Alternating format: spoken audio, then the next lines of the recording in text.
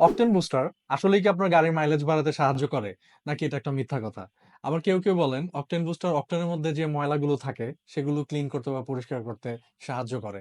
But actually octane booster কিভাবে কাজ করে, তো আমি আপনাদেরকে একটা পরিষ্কার ধারণা দেওয়ার চেষ্টা করবো আজকে। তো এতে করে আপনি নিজেই একটা সিদ্ধান্ত নিতে পারবেন যে আপনার গাড়িতে আসলে অকটেন বুস্টার ঢালা উচিত নাকি উচিত না। অকটেন বুস্টার সম্পর্কে ধারণা দেওয়ার আগে আমি একটু অকটেন সম্পর্কে আপনাকে একটু বলতে চাই। আমরা পেট্রোল পাম্প থেকে যখন আমাদের গাড়িতে অকটেন নিচ্ছি, তখন সেখানে কিন্তু অকটেনের মধ্যে অনেক মিশ্রণ থাকে। যেমন অকটেনের অকটেনটা ভালো নাকি খারাপ, এটা কিন্তু যাচাই করা হয় একটা মান দিয়ে, যেটাকে রন বলা হয়। RON, রন, রিসার্চ অকটেন নাম্বার বলা হয়, সংক্ষেপে রন বলে। তো আপনি বিদেশে যখন যাবেন পেট্রোল পাম্পে, ওখানে দেখবেন যে আসলে অকটেন গুলি অনেক গ্রেডিং করা থাকে। আপনি ওইখানে সুপার প্রিমিয়াম লেভেলের অকটেন পাবেন, যেটার মান হচ্ছে 100। আপনি সেখানে দেখবেন যে প্রিমিয়াম লেভেলের অকটেন আছে যেটার মান হচ্ছে 95, রেগুলার অকটেন যেটার মান হচ্ছে 87।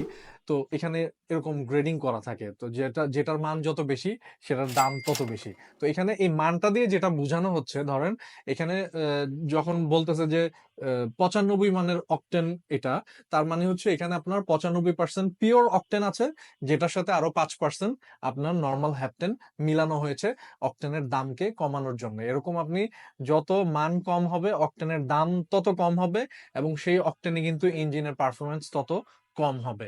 তো এভাবেই হচ্ছে মানে অকটেনটা আসলে ইঞ্জিনের মধ্যে কাজ করে। আর অকটেন নিজেই কিন্তু একটা অ্যান্টি নকিং হিসেবে কাজ করে, ইঞ্জিনের মধ্যে অ্যান্টি ডিটোনেশন হিসেবে কাজ করে। মানে অকটেনের মান যত ভালো থাকবে, ইঞ্জিন তত স্মুথ, তত নয়েজলেস, সাউন্ড কম হবে, এবং ইঞ্জিনের মধ্যে তত নকিং বা ঝাঁকুনি, ভাইব্রেশন এগুলি কম হবে।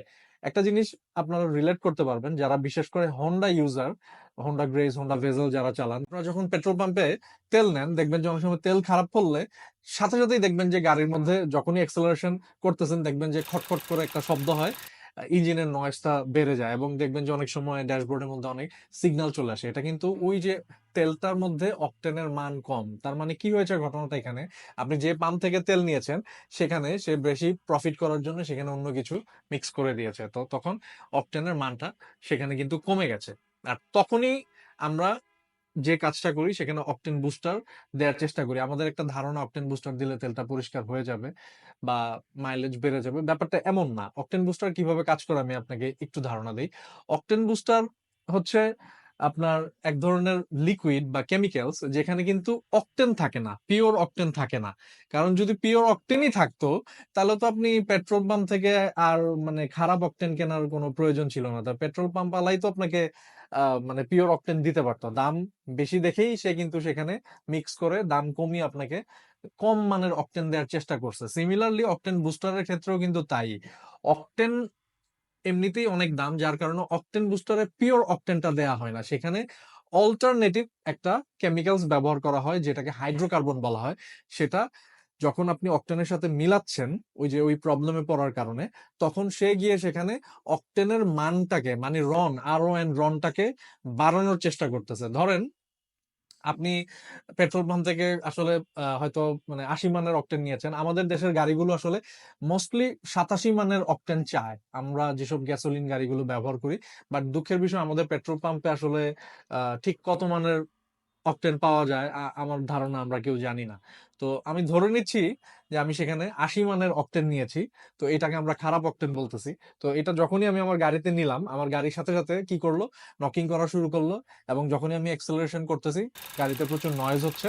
তো তখন আমি যদি ওইখানে একটা অকটেন বুস্টার ঢেলে দেই, তখন সেই অকটেন বুস্টারটা সেখানে গিয়ে সেই অকটেনের মানটাকে বাড়ানোর চেষ্টা করবে, বুস্ট করার চেষ্টা করবে, বা ইনহ্যান্স করার ট্রাই করবে।